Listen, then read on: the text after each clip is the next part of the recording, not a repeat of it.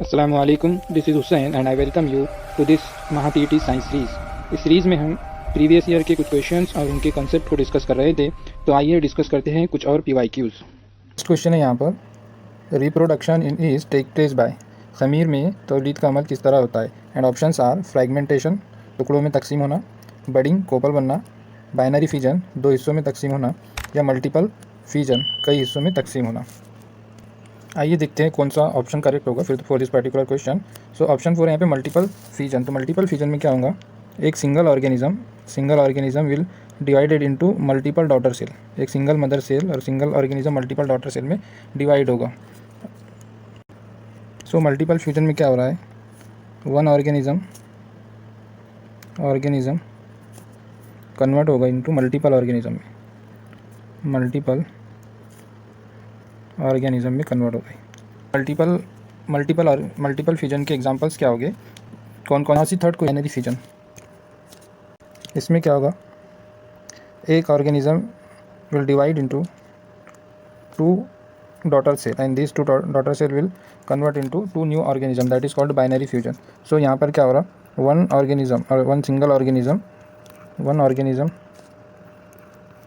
Organism किसमें convert होगा, two new organism. Okay, so binary fusion में क्या होता है, one new organism will convert into two new organism. और इसके एग्जांपल क्या होंगे, amoeba, number 2 euglena, number 3 paramecium, and number 4 bacteria.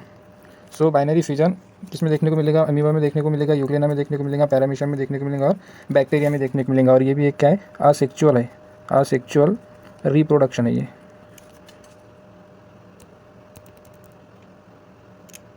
असेक्चुअल reproduction की टाइप है, that is binary fusion in which one organism getting converted into two new organism. An example of binary fusions are amoeba, euglena, paramecium and bacteria. Now option number 2, that is budding. For example, this is the organism, a particular organism से एक bud का formation होगा, so there will be formation of new bud take place. Okay, this is bud, and after getting maturity this bud will convert into new organism. Okay, so after getting maturity this bud will convert into new organism and this is called a budding. And the examples of buddings are, number 1 yeast में होगा ये, और number 2 hydra में होगा. Hydra and yeast, you have to keep in your mind the example of each types of asexual reproduction. In budding yeast and hydra will show the budding type of asexual reproduction. Option number 1, that is the fragmentation. अब देखते हैं fragmentation में क्या होता है. It's also a asexual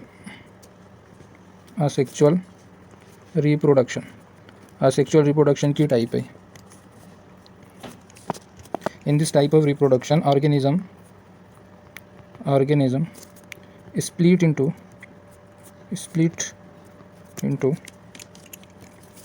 fragments, and these each fragments will convert into new organism. Each fragment converts into new organism. So in fragmentation में क्या होगा, एक ऑर्गेनिज्म मल्टीपल फ्रैगमेंट्स में कन्वर्ट होगा और हर एक फ्रैगमेंट से क्या बनेगा, एक न्यू ऑर्गेनिज्म बनेगा. That is called fragmentation types of asexual reproduction. Examples देखते हैं यहाँ पे क्या क्या होंगे. इसके एग्जांपल्स होंगे यहाँ पे स्पायरो वायरा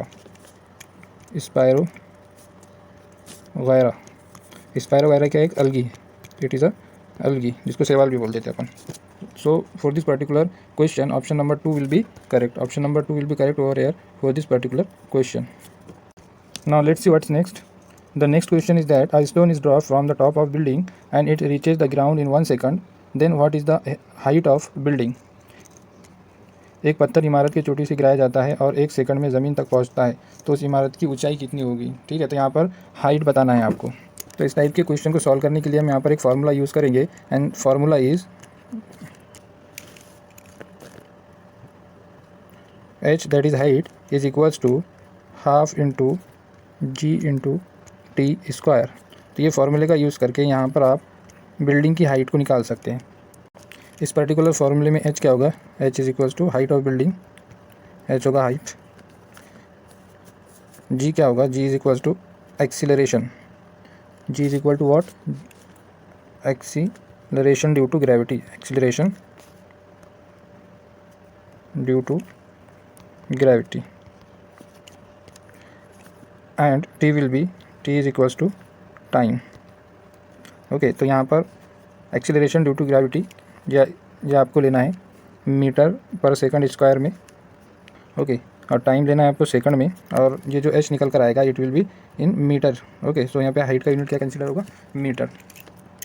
तो देखिए यहाँ पर g क्या होता है अपने पास, g एक कांस्टेंट वैल्यू है यहाँ पर, g will be equals to 9.8 metre पर सेकंड स्क्वायर। ये जी की वैल्यू एक कांस्टेंट वैल्यू है। इसका मतलब क्या है, अर्थ क्या कर रही है, पुल कर रही है कोई भी ऑब्जेक्ट को अपनी तरफ, ठीक है, और उसकी स्पीड क्या होगी 9.8 मीटर पर सेकंड।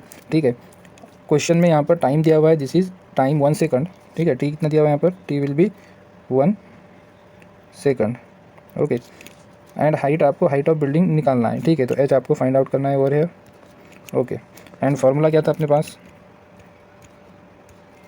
फॉर्मूला था h is equals to half g t square. तो ये फार्मूला बन के आया था अपने पास, h is equal to half g t square. ठीक है, तो यहाँ पर क्या होगा, according to formula h will be equals to half into 9.8 into 1 square, और इसकी वैल्यू कितनी आएंगी कैलकुलेट करने पर 4.9, और ये वैल्यू आएगी मीटर में। ठीक है, तो मीटर में वैल्यू आएगी। सो for this particular question option number 4 will be correct over here. And next question is that urea is an important fertiliser rich in. ठीक है, तो यूरिया क्या होता है, एक इम्पॉर्टेंट फर्टिलाइज़र होता है, और इसके अंदर क्या प्रेजेंट होगा, यूरिया की अगर फॉर्मूले की बात करें अपन तो NH2 double bonded to oxygen and NH2 that is urea, that is urea. Urea क्या है, प्लांट के ग्रोथ में हेल्पफुल होता है as a fertiliser, plant growth में हेल्पफुल होगा ये, और प्लांट को हेल्दी रखेगा।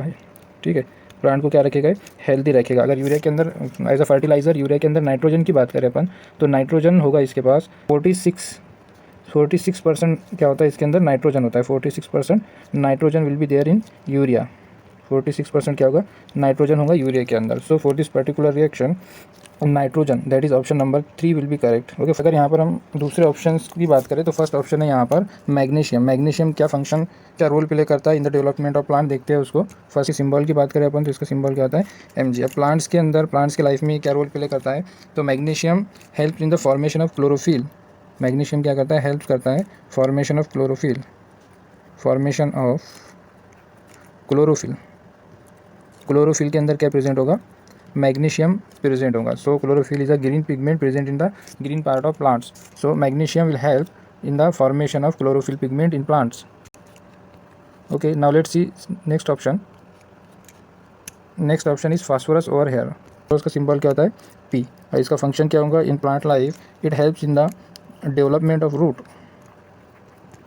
डेवलपमेंट, इसका डेवलपमेंट में मदद करेगा ये रूट के, प्लांट के रूट को डेवलप करने में हेल्पफुल होता है कौन, phosphorus. Okay, now let's see next option. Option number 4 is potassium. Okay, and what is the function of potassium over here, potassium is represented by symbol K। Okay, letter cases को represent किया जाता है, and it is very helpful in the development of fruit, it's helpful in development of fruits and flower. जो fruits and flower को develop करने में क्या करेगा, हेल्पफुल करेगा कौन, पोटेशियम। नेक्स्ट क्वेश्चन है यहाँ पर, in eukaryotic cell glycolysis take place within. ठीक है, तो यूकैरियोटिक खलिए में ग्लाइकोलिसिस का अमल कहाँ होता है ये बताना है आपको। And options are nucleus, endoplasmic reticulum, cytosol and mitochondria. देखिए, सबसे पहले डिस्कस करते हैं अपन यूकैरियोटिक सेल क्या होता है। यूकैरियोटिक सेल, तो इसके कुछ कैरेक्टरिस्टिक्स है। After that we will discuss prokaryotic cell. तो अगर हम न्यूक्लियस की बात करें तो इसमें क्या होगा, एक ट्रू न्यूक्लियस होगा। ऐसे सेल जिनके अंदर क्या होता है, ट्रू न्यूक्लियस, ट्रू न्यूक्लियस होगा। Okay, nucleus will be well developed in eukaryotic cell. They are considered as large cell, large होंगे। इनके साइज़ की बात करें अपन तो साइज़ क्या होंगे, 10 से 100 माइक्रोमीटर की इनकी साइज़ होगी। पॉइंट नंबर 3, डीएनए कैसा होगा इनके अंदर? डीएनए कैसा होता है? लीनियर टाइप का डीएनए होगा इनके अंदर। अगर राइबोसोम की बात करें, राइबोसोम्स होंगे इनके पास। ओके, राइबोसोम का जो टाइप होगा that will be ATS type के ribosome will be there in eukaryotic cell. इनके अंदर सेल डिवीज़न जो होगा, cell division will be with the help of mitosis या फिर मियोसिस के थ्रू इनके अंदर क्या होगा? सेल डिवीज़न होगा।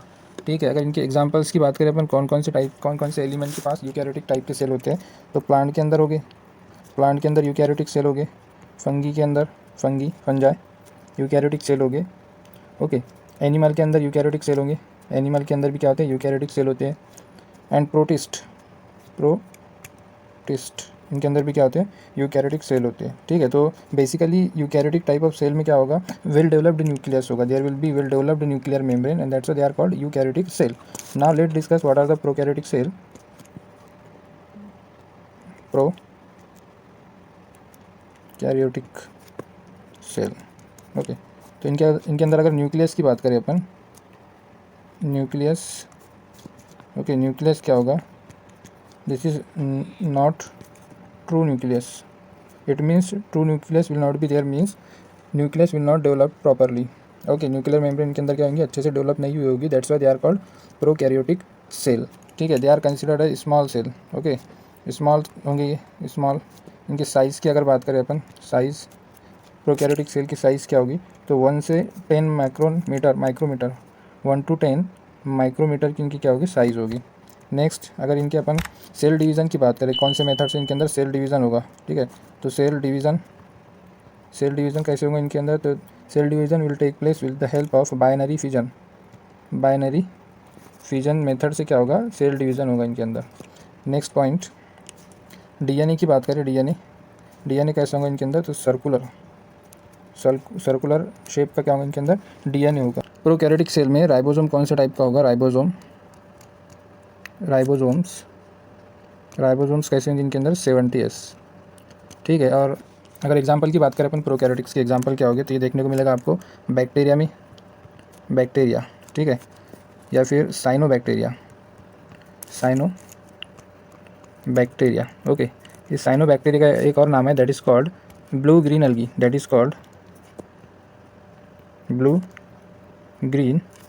अलगी। तो साइनोबैक्टीरिया को ये नाम से भी क्वेश्चन आ सकता है, ब्लू ग्रीन अलगी के नाम से क्वेश्चन पूछ सकता है। तो राइबोसोम इसमें 70S टाइप के होंगे।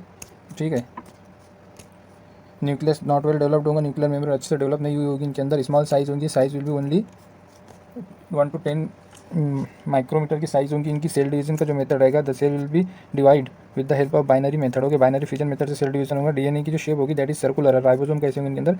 एटीएस राइबोसोम होंगे। That is the characteristics of prokaryotic cell. Now let's see what was our question क्या था? Glycolysis take place within. ठीक है, तो ग्लाइकोलिसिस का मतलब क्या होता है? Break down of glucose. Plant जो भी फोटोसिंथेसिस के थ्रू फूड बनाएंगे, this glucose will be break down glycolysis in the process of glycolysis का मतलब क्या था? Break down of glucose. तो ग्लूकोज क्या होगा यहाँ पर? ब्रेक डाउन होगा। ग्लूकोज क्या होगा? ब्रेक्स। ठीक है, और ग्लूकोज के ब्रेक होने के बाद यहाँ पर एटीपी का फॉर्मेशन होगा। एटीपी के फॉर्म में एनर्जी का फॉर्मेशन होगा, और glucose will convert into pyruvate. Okay, तो that is called the glycolysis. अब पूछ रहा है कि ग्लाइकोलिसिस की साइट क्या है, ग्लाइकोलिसिस कहाँ पर होती है? तो फर्स्ट ऑप्शन है यहाँ पर न्यूक्लियस। और न्यूक्लियस का काम क्या है? न्यूक्लियस क्या करता है? सेल एक्टिविटी को कंट्रोल करता है। सेल एक्टिविटी को क्या करेंगे? न्यूक्लियस कंट्रोल करेगा। जितनी भी सेल की एक्टिविटी है, all these activities are control by nucleus. Endoplasmic reticulum का क्या फंक्शन हुआ यहाँ पे? तो they help in the formation of lipids and protein synthesis में ये हेल्पफुल रहते। कौन? दैट्स आर इंडोप्लाज्मिक रेटिकुलम क्या करेंगे? हेल्प करेंगे लिपिड्स एंड प्रोटीन फॉर्मेशन में। ठीक है, साइटोसॉल। तो साइटोसॉल क्या है? It is a site of glycolysis. तो साइटोसॉल में क्या होगा? ग्लाइकोलिसिस होगा। It is a liquid form of cytoplasm में लिक्विड फॉर्म जो है that is called the cytosol. और साइटोसॉल क्या है? It is a site of glycolysis. तो यहाँ पर ग्लाइकोलिसिस होगा। ठीक है। तो for this particular question option number third will be correct. Option number third क्या होगा, करेक्ट होगा, cytosol. It is a site of glycolysis. Now let's discuss option number 4 that is mitochondria. So mitochondria is also called as power house of cell. इसको क्या बोलते हैं अपन, power house of cell भी कहा जाता है mitochondria. And it is helpful in the process of respiration. Respiration के प्रोसेस में हेल्पफुल होता है actually in second step of respiration के अंदर क्या है, ये यूज़फुल होगा माइटोकॉन्ड्रिया। ठीक है। तो mitochondria it is also called as power house of the cell and it is useful और helpful in the second step of respiration. Okay, so for this particular question option number third cytosol will be correct. Now see next question, and next question is that which of the following is covalent compound. तो covalent compound बताना है आपको and options are sugar, common salt, calcium chloride and magnesium oxide. तो अगर अपन sugar की बात करें तो शुगर का केमिकल कंपोजिशन क्या होगा, C12H22O11। ठीक है। तो इसमें एलिमेंट्स और आइटम कौन कौन से हैं, तो इसमें कार्बन है, नेक्स्ट वन इसमें हाइड्रोजन है और ऑक्सीजन है। Carbon, hydrogen and oxygen and all the constituent item of sugar is non metal. सारे के सारे क्या है, नॉन मेटल है, इनमें मेटल कोई भी नहीं है। तो शुगर किससे मिलकर बना हुआ है, all constituent item of sugar are non metal, ये सारे नॉन मेटल होंगे। ऐसे ही अगर अपन chemical composition of common salt की बात करें दैट इज़ NaCl। तो NaCl में Na क्या होगा, Na क्या है यहाँ पर, मेटल है, Na मेटल है और Cl क्या होगा, Cl is non metal, Cl what, non metal, तो Cl नॉन मेटल होगा। ना अगर ऑप्शन थर्ड की बात करें अपन, ऑप्शन थर्ड, तो ऑप्शन थर्ड क्या है, कैल्शियम क्लोराइड, और इसका केमिकल कंपोजिशन क्या होगा, CaCl2। तो CaCl2 में नॉन मेटल कौन होगा, क्लोरीन। तो क्लोरीन को यहाँ पर देख लिया अपन, क्लोरीन तो नॉन मेटल है Cl, लेकिन यहाँ पर कैल्शियम क्या होगा, कैल्शियम मेटल है, कैल्शियम क्या होगा, मेटल, और Cl क्या होगा यहाँ पर, नॉन मेटल, Cl क्या होगा, non metal. Okay, now last one is, last option है अपने पास मैग्नीशियम ऑक्साइड। तो मैग्नीशियम ऑक्साइड का केमिकल कंपोजिशन क्या है, MgO। तो यहाँ पर Mg मेटल होगा, Mg क्या है यहाँ पर, मेटल है। ठीक है। और ऑक्सीजन क्या है, ऑक्सीजन होगा यहाँ पर नॉन मेटल, ऑक्सीजन क्या होगा यहाँ पर, नॉन मेटल हो गया। ठीक है। सो फर्स्ट ऑप्शन में जो शुगर है, तो ये सारे कंस्टिट्यूएंट आइटम इसके अंदर क्या है, नॉन मेटल है, कार्बन नॉन मेटल है, हाइड्रोजन नॉन मेटल है और ऑक्सीजन भी क्या यहाँ पे नॉन मेटल है। अगर सेकंड ऑप्शन की बात करें अपन that is NaCl common salt, तो कॉमन सॉल्ट में Na मेटल होगा और Cl क्या होगा, नॉन मेटल होगा। ऐसे ही अगर अपन कैल्शियम क्लोराइड थर्ड ऑप्शन की बात करें तो थर्ड ऑप्शन में क्या है, Ca मेटल है, कैल्शियम मेटल है और क्लोरीन क्या है यहाँ पर, नॉन मेटल है। और fourth option that is magnesium oxide, तो Mg क्या होगा यहाँ पर, Mg मेटल होगा और ऑक्सीजन क्या होगा, नॉन मेटल होगा। Now let's see what is covalent bond. Covalent bond क्या होता है, the bond which is form due to sharing of electron. So this bond is formed, bond which is form due to sharing of electron, due to sharing of electrons. तो electron के sharing की वजह से जो bond बनेगा that is called covalent bond. और ये covalent bond किसके बीच में बनेगा हमेशा, this bond is formed between two or more non metal. तो हमेशा नॉन मेटल्स के बीच में क्या बनेगा, कोवैलेंट बॉन्ड बनेगा and it is form due to the sharing of electron. तो देखिए यहाँ पर अगर अपन शुगर की बात करें तो शुगर के अंदर क्या है, ऑल द कंस्टिट्यूएंट पार्टिकल यहाँ पर क्या है, नॉन मेटल है। तो इसके अंदर जो भी बॉन्डिंग होगी that is called covalent bond and this compound is called what, covalent compound. तो ऐसे कंपाउंड जिनके अंदर कोवैलेंट बॉन्ड होता है that is called covalent compound. ठीक है। तो शुगर के अंदर all constituent item are non metals. तो नॉन मेटल के बीच में कौन सी बॉन्डिंग होगी, कोवैलेंट बॉन्डिंग होगी। एंड ये जो कंपाउंड बनाएंगे नॉन मेटल बॉन्ड की वजह से जो कंपाउंड बनेगा that is called covalent compound. So for this particular question option A, that is sugar will be correct. Option A will be correct for the particular question. Now let's discuss other option. तो next क्या अपने पास common salt है that is NaCl। तो Na metal होगा और Cl non metal होगा। Next option में क्या अपने पास कैल्शियम क्लोराइड में क्लोरीन नॉन मेटल होगा और कैल्शियम क्या होगा, मेटल होगा। नेक्स्ट है अपने पास ऑप्शन मैग्नीशियम ऑक्साइड। तो मैग्नीशियम ऑक्साइड में Mg क्या है, मेटल है और ऑक्सीजन क्या है, नॉन मेटल है। तो यहाँ पर ये तीनों कंपाउंड में अगर ध्यान से देखें तो bond are formed between metal and non metal. Metal non metal के बीच में बॉन्ड बना हुआ दिखाई देगा आपको। एक मेटल है इसके अंदर और एक क्या है, नॉन मेटल है। तो ऐसा bond which is form between one metal and non metal और मेटल के बीच में जो फॉर्म बॉन्ड बनेगा that is called ionic bond and this bond is form due to complete transfer of electron. This bond is form due to transfer of electron. Okay, transfer of electron तो metal क्या करेगा, non metal को electron transfer करेगा and there will be formation of ionic bond take place, ठीक है। तो ionic bond को ही एक और नाम है, that is called electrovalent bond. Ionic bond को ही क्या बोलते थे अपन यहाँ पर, electrovalent bond. It is also called electrovalent bond, ठीक है। तो इसका दूसरा नाम क्या हो जाता है यहाँ पर, इलेक्ट्रोवैलेंट बॉन्ड, इलेक्ट्रोवैलेंट बॉन्ड। तो ये नाम से भी आपको क्वेश्चन पूछ सकता है एग्जाम में, ठीक है। तो आयनिक बॉन्ड किसके बीच में फॉर्म होगा, between one metal and one non metal, ठीक है। And this bond is form due to complete transfer of electron from metal to non metal. और दूसरा नाम क्या है यहाँ पर, आयनिक बॉन्ड का दूसरा नाम क्या होगा यहाँ पर, electrovalent bond. So for this particular question option 1 that is sugar will be correct. So this was the last question for today. मिलते हैं नेक्स्ट वीडियो में।